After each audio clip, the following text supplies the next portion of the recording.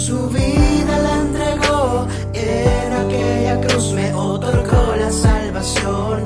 En aquella cruz Él no se quedó, pues al tercer día de la tumba se levantó. Nuevamente volvemos a saludarnos a todos, que Dios les bendiga, Dios les guarde, y de igual manera aprovechamos para saludar a quienes nos miran a través de la pantalla. Dios te bendiga, Dios te guarde, buenos días, buenas tardes, buenas noches, según el momento en el que nos vayas a estar viendo. Hoy, después de haber tenido nuestro tiempo de alabanza aquí como iglesia local, ha llegado el momento de pasar a la predicación, y utilicé estos versículos de Juan capítulo 2, versos 19 al 22, como una pequeña introducción para entrar a algo importante, un concepto que creo que todos nosotros, o al menos la mayoría de los que estamos aquí reunidos, la mayoría de los que me escuchan, conocen. Dice la Escritura que cuando Jesús purificó el templo, expulsando a los cambistas, volteando sus mesas, sacando a los animales del atrio del templo que le pertenecía o que había sido construido originalmente para que los gentiles pudiesen entrar y adorar a Dios, los fariseos le piden una señal, es decir, le dicen: ¿con qué autoridad haces esto? Danos una señal para que veamos que tienes autoridad para hacer lo que acabas de hacer. Entonces el Señor les profetiza de una manera maravillosa y les dice: destruyan este templo y en 3 días yo lo levantaré. Los judíos, los fariseos, las autoridades religiosas de alguna manera se confundieron y no entendieron lo que Jesús había tratado de decir. Ellos pensaron que hablaba del edificio, del templo de Herodes, y ellos rápidamente, en busca de defenderse y de contraatacar, le dicen al Señor: en 46 años fue construido este templo, y tú dices que eres capaz de levantarlo en 3 días.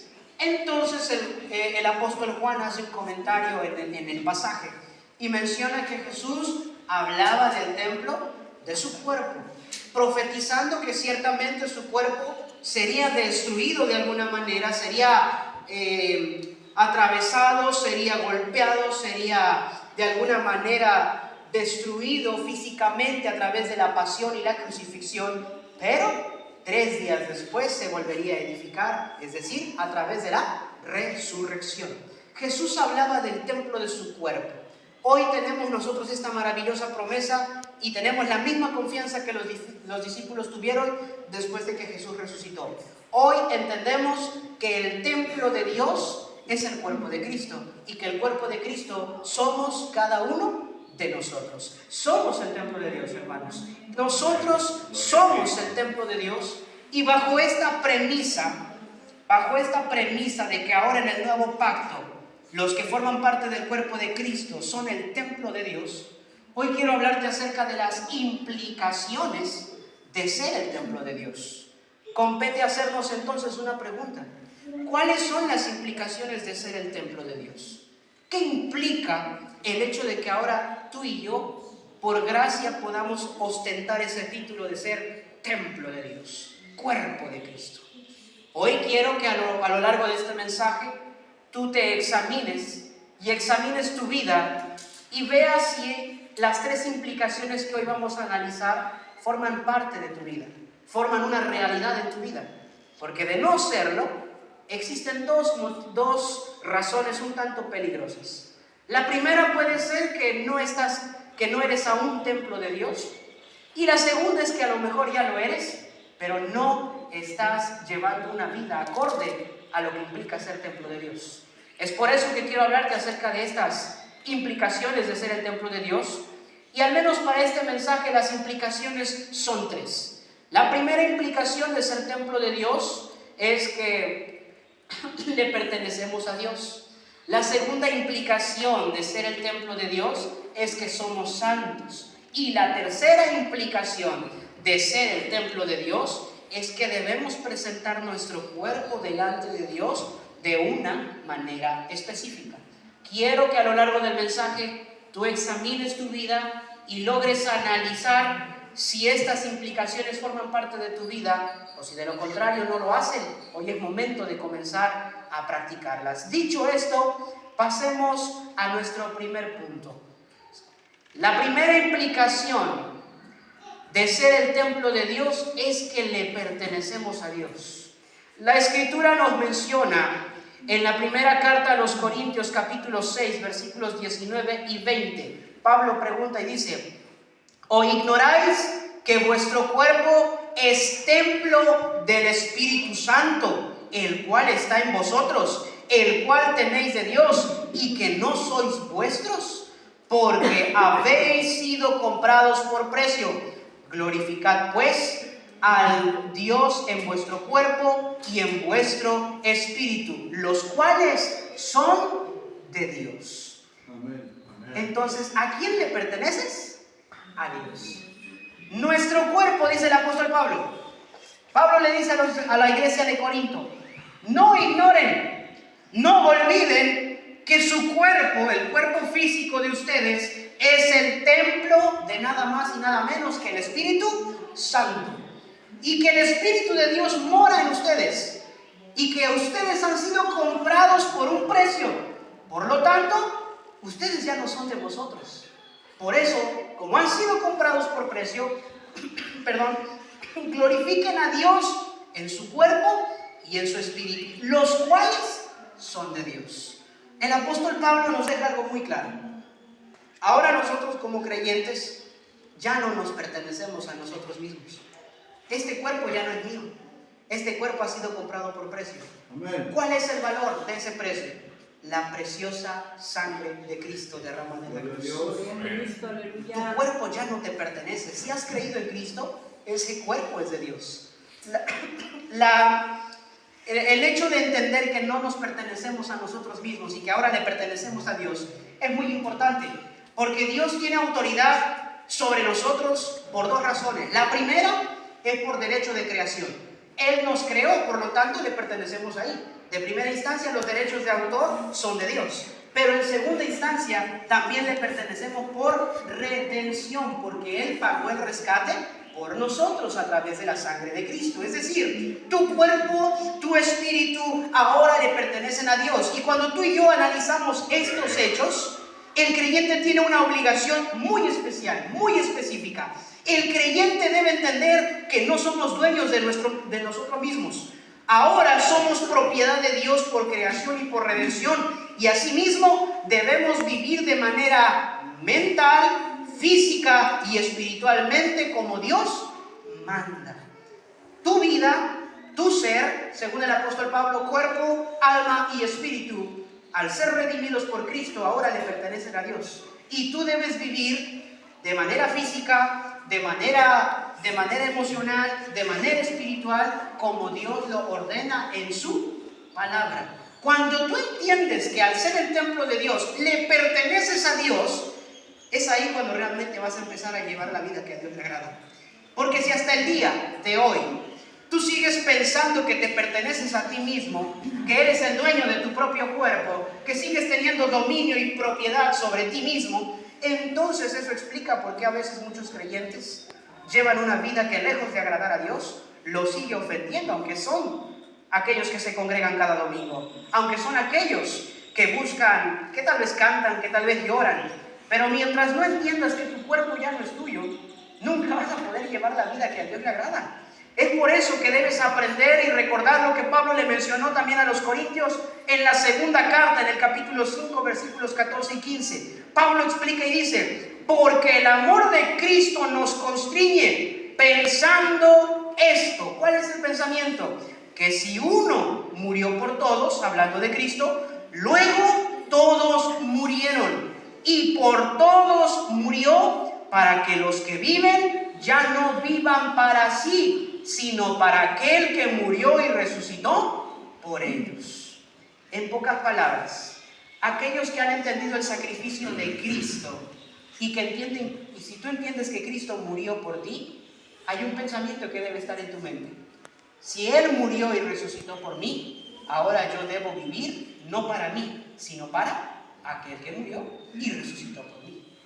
Ese es el pensamiento que debe estar en cada uno de nosotros. Ese es el pensamiento.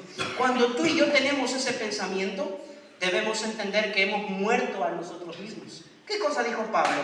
Ya no vivo yo, mas vive Cristo en mí. Ahora dice: con Cristo estoy juntamente crucificado. Tú ya no vives para ti mismo. Tus deseos ya no deben predominar tu cuerpo. Ahora debes recordar y debes entender que eres propiedad de Dios y el precio fue muy alto.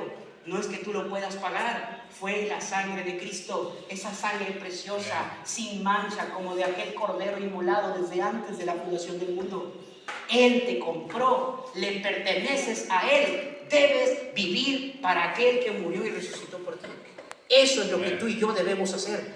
Los creyentes, los redimidos, son el templo del Espíritu Santo y eso implica que le pertenecemos a Dios. Ya no tenemos autoridad sobre nuestro propio cuerpo, pues ahora es de Dios y debemos vivir como Él ordena en su palabra. Hay un comentarista que expresó un pensamiento de una manera muy poética y hermosa cuando piensa él en esto de vivir para Cristo, pues somos su templo.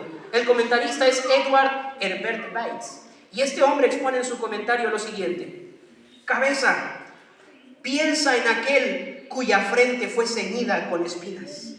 Manos, trabaja para aquel cuyas manos fueron clavadas en la cruz. Pies, levantaos a hacer la voluntad de aquel cuyos pies fueron traspasados. Cuerpo mío, procura hacer la voluntad de aquel cuyo cuerpo fue lleno de sufrimientos. Esto es lo que expone este comentarista. Y a mí cuando lo reflexionas, ¿quién de nosotros está dispuesto a hacer eso? ¿Quién de nosotros se levanta y dice a sí mismo una mañana: a ver, Cristo se dejó coronar con espinas, que mi mente ahora le glorifique? Cristo dejó que sus manos fueran traspasadas, que mis manos glorifiquen a aquel que se dejó hacer eso. Cristo dejó que sus pies fueran traspasados, que mis pies vayan en pos de aquel que es mi Rey y Señor, como a veces cantamos en ese bonito himno. Cristo dejó que su cuerpo sea lacerado, herido, torturado. Deberíamos procurar que nuestro cuerpo le sirva a aquel que murió por nosotros. Esto es lo que expone este comentarista. Y ese es el pensamiento que debería estar en cada uno de nosotros como creyentes, como cristianos. Querido amigo, querido creyente que hoy me escuchas, una pregunta interesante que quiero hacerte ahora es: ¿esto es una realidad en tu vida? ¿Realmente has entendido que como templo de Dios le perteneces a Dios y solamente a Dios y a nadie más?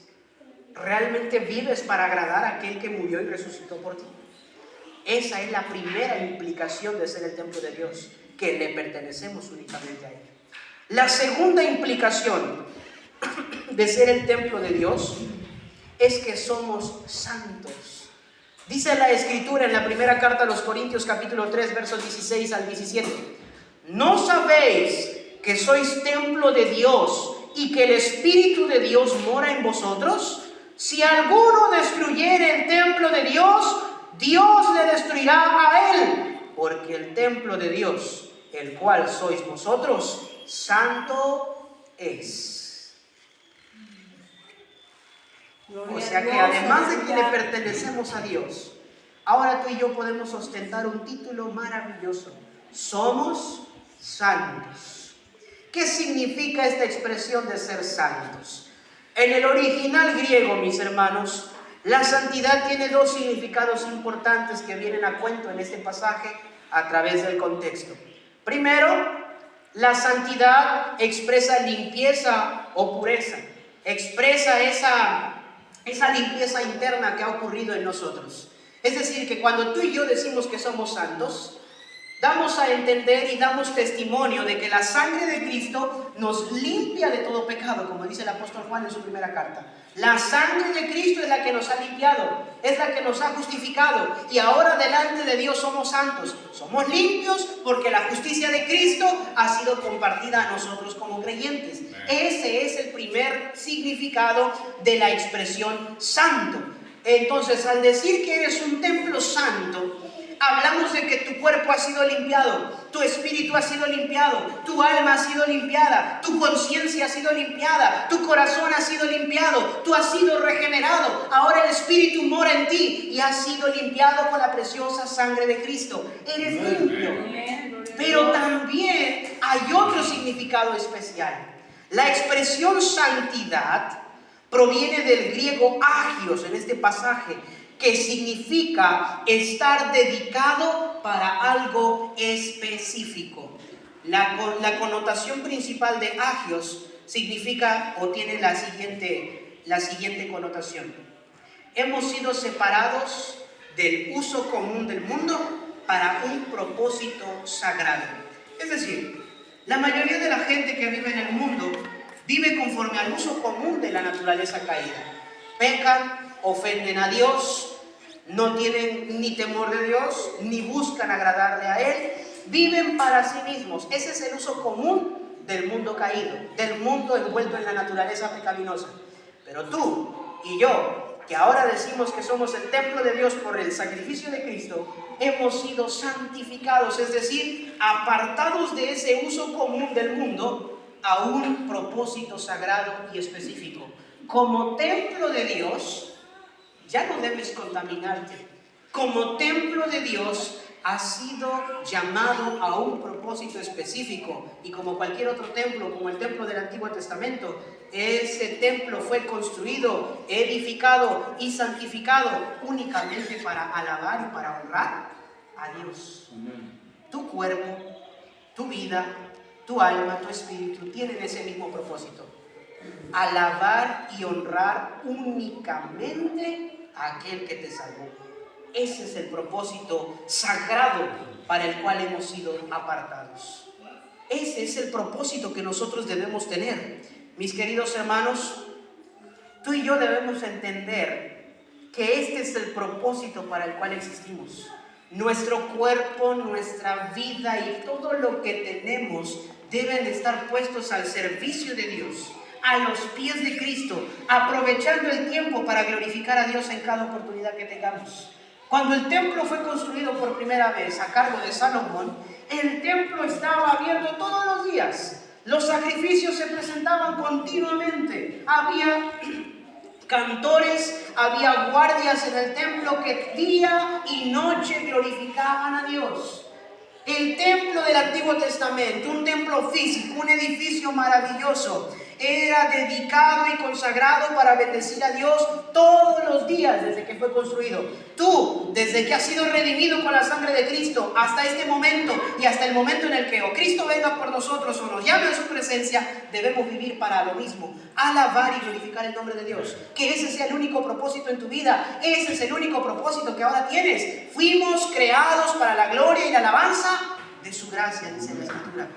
Fuimos creados para darle toda la gloria al único que es digno de merecerla: al Cordero que murió por nosotros, al Cordero que resucitó, a aquel que es digno, dice Apocalipsis, de tomar el rollo y de desatar sus sellos. Solo Él merece nuestra adoración, solo Él merece nuestra alabanza. Y como templo de Dios que eres, recuerda que has sido santificado, que eres santo. El griego original menciona: eres un naos agios. Naos es el griego para templo, agios es el griego para santos. Tú eres un naos agios, un templo santo, un templo que ha sido limpiado con la sangre de Cristo, pero también un templo que tiene el propósito de honrar a Dios todos los días de tu vida. Eso es algo que nunca debes olvidar. Cualquiera, dice el apóstol Pablo, que destruyere dicho neos agios, Dios le destruirá a él.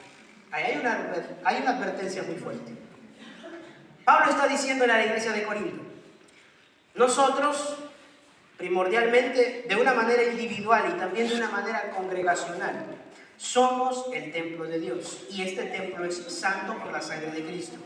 Si alguno destruyere este templo, dice el templo de Dios, Dios le destruirá a él. Esa advertencia debe ser tomada en cuenta por cada uno de nosotros. El pasaje de Corintios que nosotros leímos hace un momento tiene que ver con la iglesia congregacional, ¿sí? Más allá de tu cuerpo, va de la mano con la iglesia congregacional, con todo el cuerpo de Cristo. Y el contexto está hablando de aquellos creyentes inmaduros que no han entendido estas verdades y que con su mal testimonio destruyen lo que Dios edifica dentro de la iglesia. Es decir, que aquellos que destruyen el templo de Dios no es porque destruyan un edificio, es porque su conducta delante de los no creyentes de alguna manera ayuda para poder dar mal testimonio del resto de la iglesia. Procura que tú no seas uno de esos hombres o mujeres que por su testimonio des rienda suelta a que el mundo hable mal de la iglesia.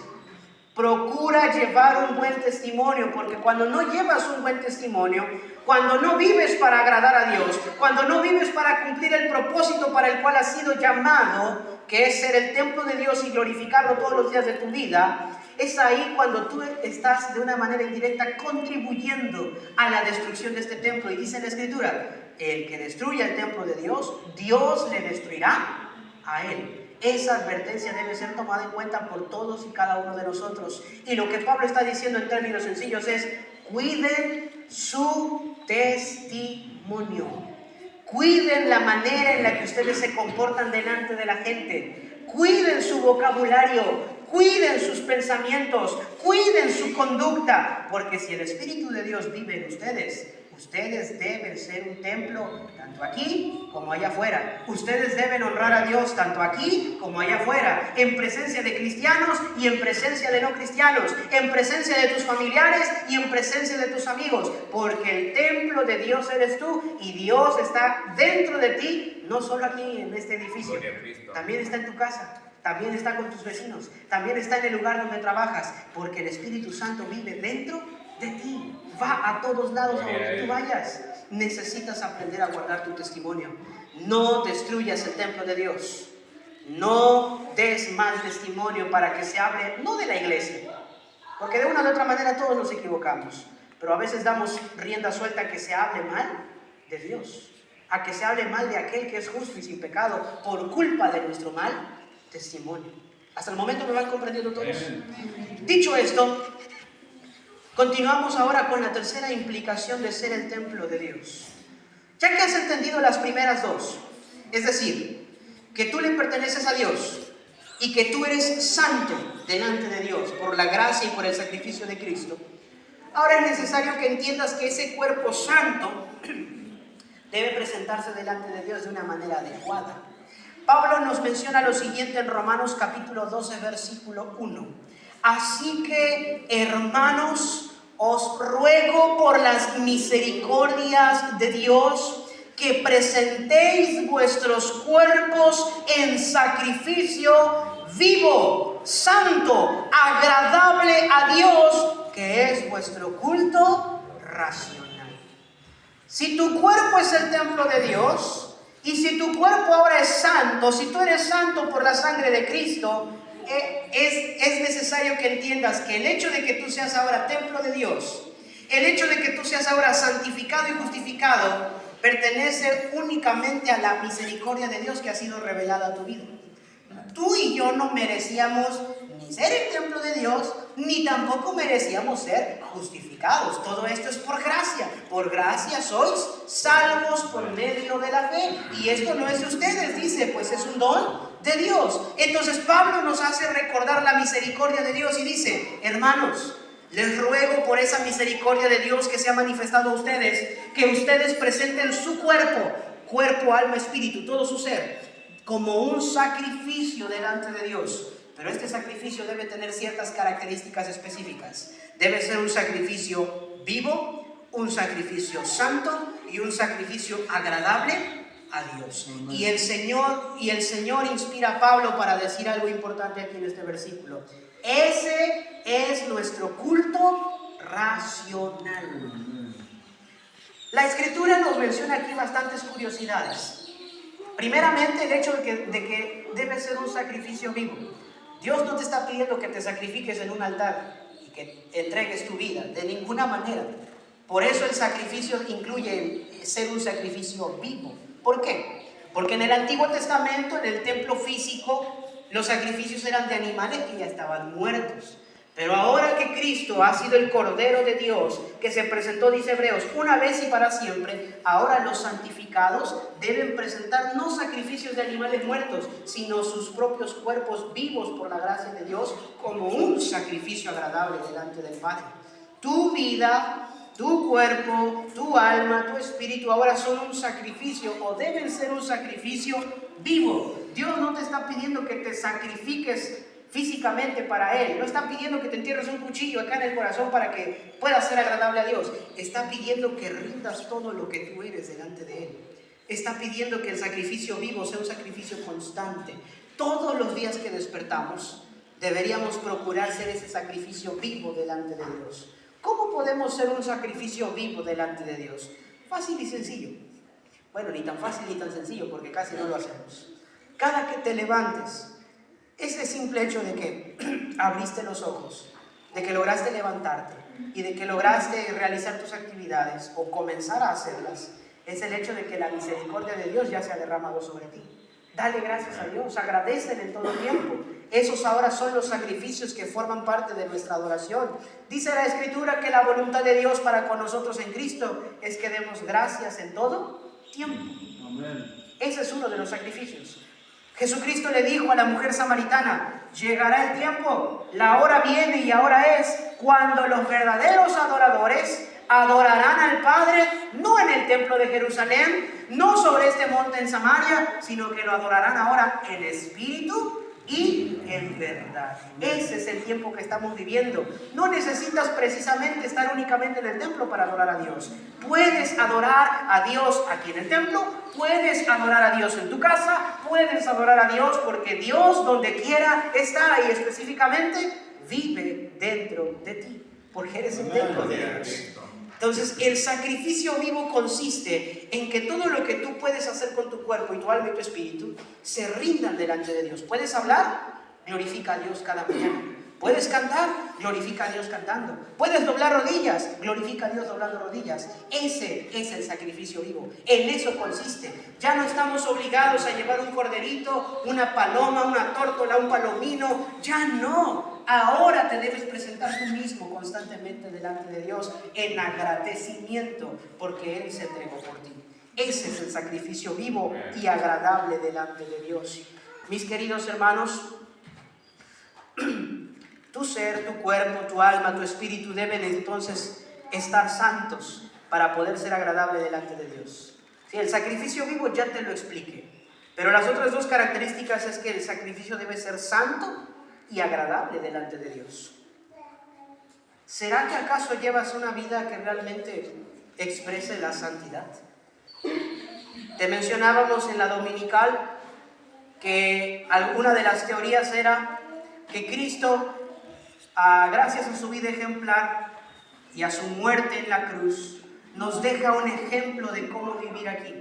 Y asimismo, el hecho de que nosotros leamos en las Escrituras que el cuerpo del Señor fue desfigurado prácticamente, perdió toda su hermosura, y dice Isaías que le vimos inatractivo para que no le deseemos.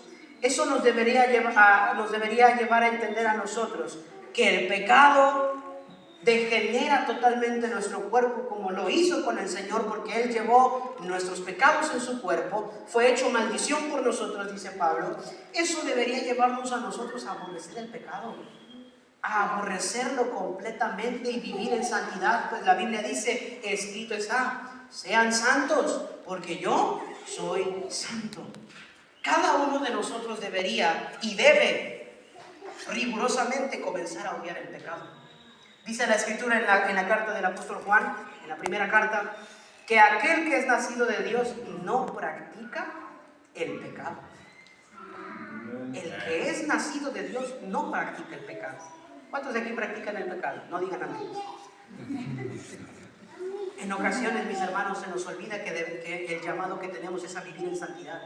Se nos olvida que la Escritura nos menciona en el libro de los Hechos, capítulo 17, Pablo hablando a los atenienses, dice en la Escritura, Dios no habita en templos hechos por manos humanas. Pues Él es el dueño de todo. Pero en su misericordia, la Escritura da testimonio de que, aunque no habita en templos hechos por manos humanas, te escogió a ti, me escogió a mí como su morada aquí en la tierra. Templo del Espíritu Santo, templo de Dios. El privilegio que este edificio no tiene, lo tienes tú. El Espíritu de Dios vive dentro de ti. Gloria a Dios. Gloria a Cristo. Ese conocimiento debería llevarte a vivir una vida en santidad, no practicar el pecado. Y aun cuando pecas, lo veíamos hace 8 días, si confesamos nuestros pecados, Él es fiel y justo para perdonar nuestros pecados y limpiarnos de toda maldad. Esa es la implicación de ser el templo de Dios. La tercera implicación, que tu cuerpo lo presentes delante de Dios como un sacrificio vivo, constante, asimismo santo, sin pecado y agradable a Dios. Cuando tú vives en santidad, cuando buscas glorificar a Dios en cada oportunidad que tienes, eso es agradable delante de Dios. Y ese es nuestro culto racional, nuestro culto lógico. Una versión menciona, esta es la adoración que verdaderamente vale la pena. Otras adoraciones no valen la pena. Si piensas que adorar a Dios simplemente es venir y levantar las manos aquí y llevar una vida totalmente perdida allá afuera, eso no es adoración ni tampoco es lógica. Si piensas que venir aquí y decir amén de vez en cuando forma parte de adoración, pero allá afuera no amas ni a Dios ni a tu prójimo, esa no es adoración ni tampoco es lógica ni racional. La adoración que Dios acepta, el único culto en el que adoras a Dios, es presentar tu cuerpo como un sacrificio vivo, santo y agradable delante de Dios. Eso es lo único, llevar una vida que realmente agrade al Señor. Entonces, en conclusión, estas son las 3 implicaciones de ser el templo de Dios. Tú le perteneces a Dios. Si eres templo de Dios, le perteneces a Dios. Tú, si eres templo de Dios, ahora eres santo, es decir, eres limpio y apartado para un uso sagrado.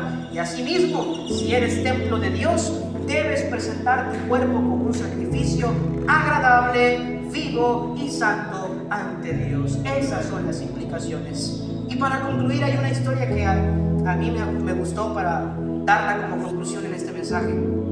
Esta historia la encontramos en Génesis capítulo 28. Todos sabrán acerca, o la mayoría ha de saber, sobre este hombre llamado Jacob. Jacob, hijo de Isaac.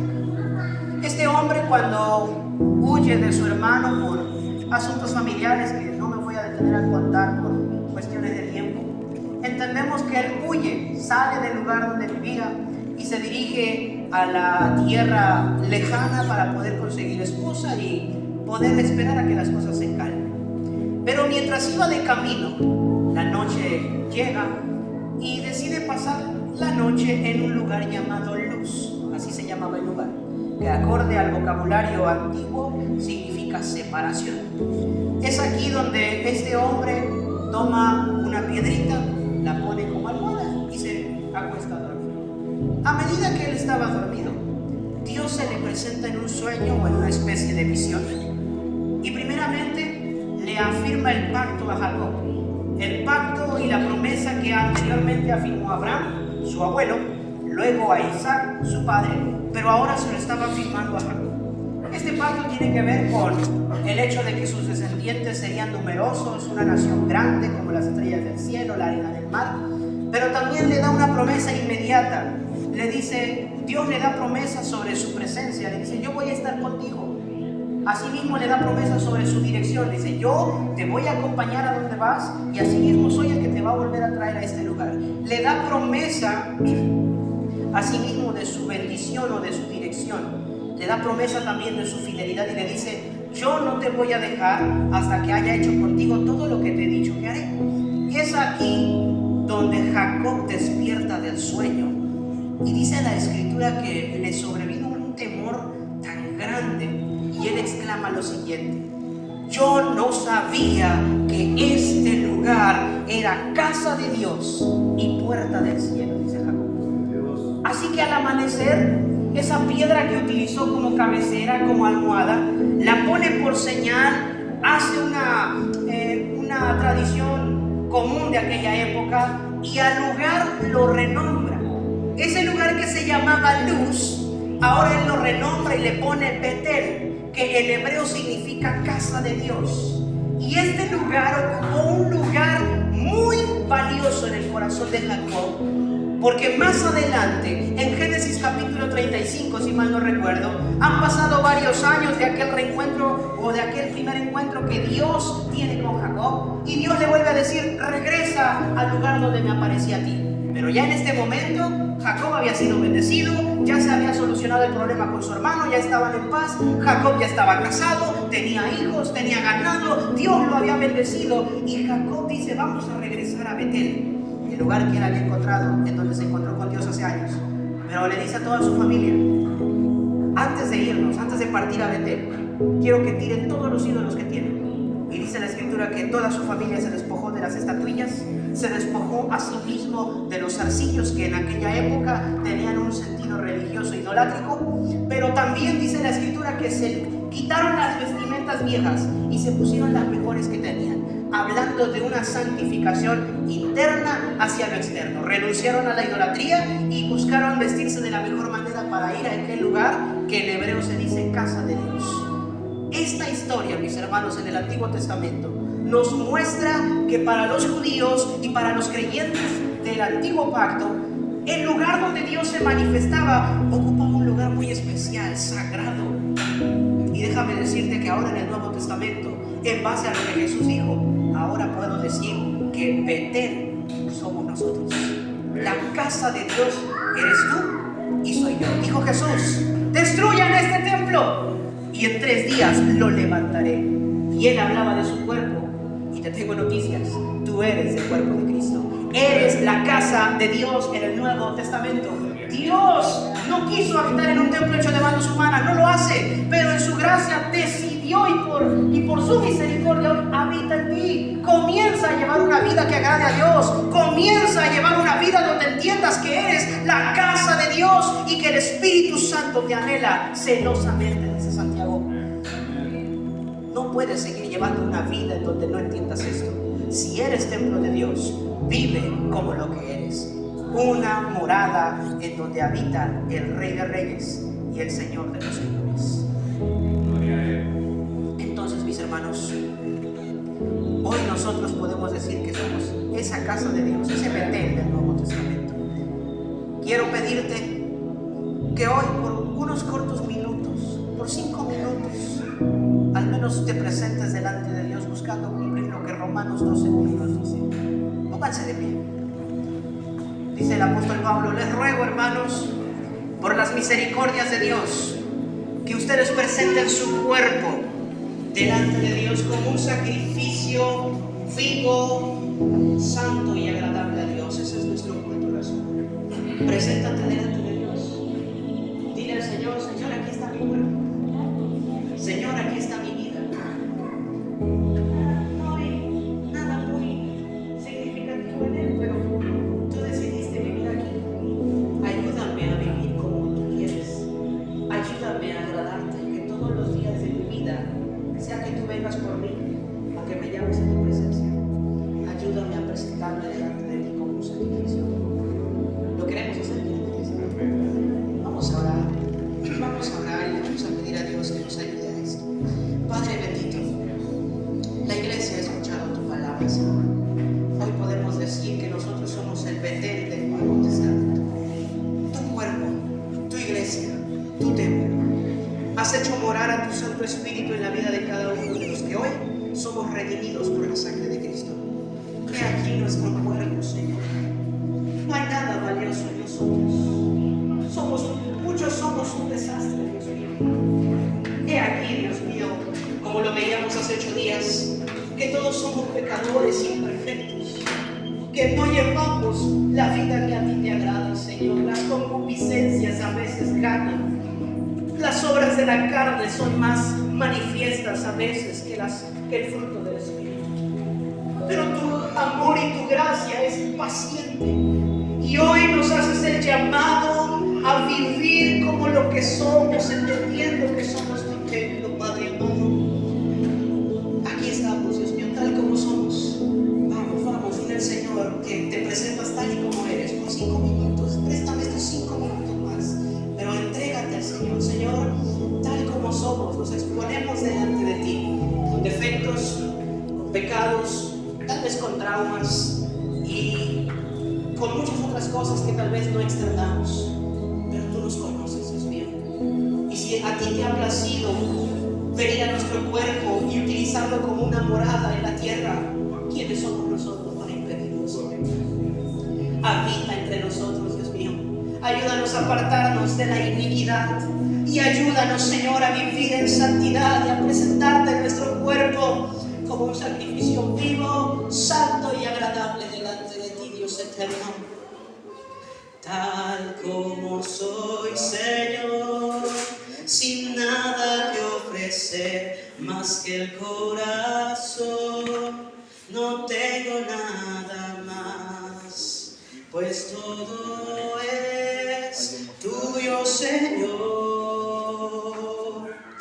Acéptame como ofrenda de amor, como un sacrificio agradable en tu honor, grato perfume, yo quiero ser, Señor. Acéptame como ofrenda de amor, como un sacrificio agradable en tu honor, grato perfume, yo quiero ser, Señor. Vamos a entonar este canto, o si no te lo sabes, simplemente canta la letra o pronuncia la letra. Pero este canto, al menos el coro, es hermoso y que sea un anhelo en nosotros. Acéptame como ofrenda de amor, como un sacrificio agradable en tu honor, grato perfume, yo quiero ser, Señor. Vamos una vez más. Acéptame como ofrenda de amor, como un sacrificio agradable en tu honor, grato perfume, yo quiero ser, Señor. Te damos gracias, Dios mío. He aquí, Dios mío, que los frascos de alabastro se rompen y derramamos nuestra adoración. He aquí, Dios mío, gente rota. Ninguno de nosotros es perfecto, pero entendemos que en tu gracia somos santos, te pertenecemos, y hoy, Dios mío, por tu gracia entendemos que debemos presentarnos ante ti como un sacrificio. Tal como somos, Dios mío, nos presentamos ante ti. Sabemos que el único que puede cambiar nuestra condición eres tú. Digno eres de recibir la gloria y la honra. Nos presentamos ante ti como un sacrificio agradable, es lo único que tenemos, Señor. Nos entregamos por completo. En el nombre de Cristo Jesús, Señor nuestro. Amén, amén y amén. Gloria a Dios. Bueno, hermanos, este ha sido el mensaje de hoy. Somos el templo de Dios, congregacionalmente e individualmente. Vive sabiendo que le perteneces a Dios, vive sabiendo que eres santo y vive presentando tu cuerpo como un sacrificio vivo al Señor. Que Dios les bendiga y Dios bendiga a los que nos han escuchado y visto a través de la pantalla. Dios te bendiga. Hasta el próximo servicio. Aquella cruz su vida la entregó, en aquella cruz me otorgó la salvación. En aquella cruz Él no se quedó, pues al tercer día de la tumba se levantó.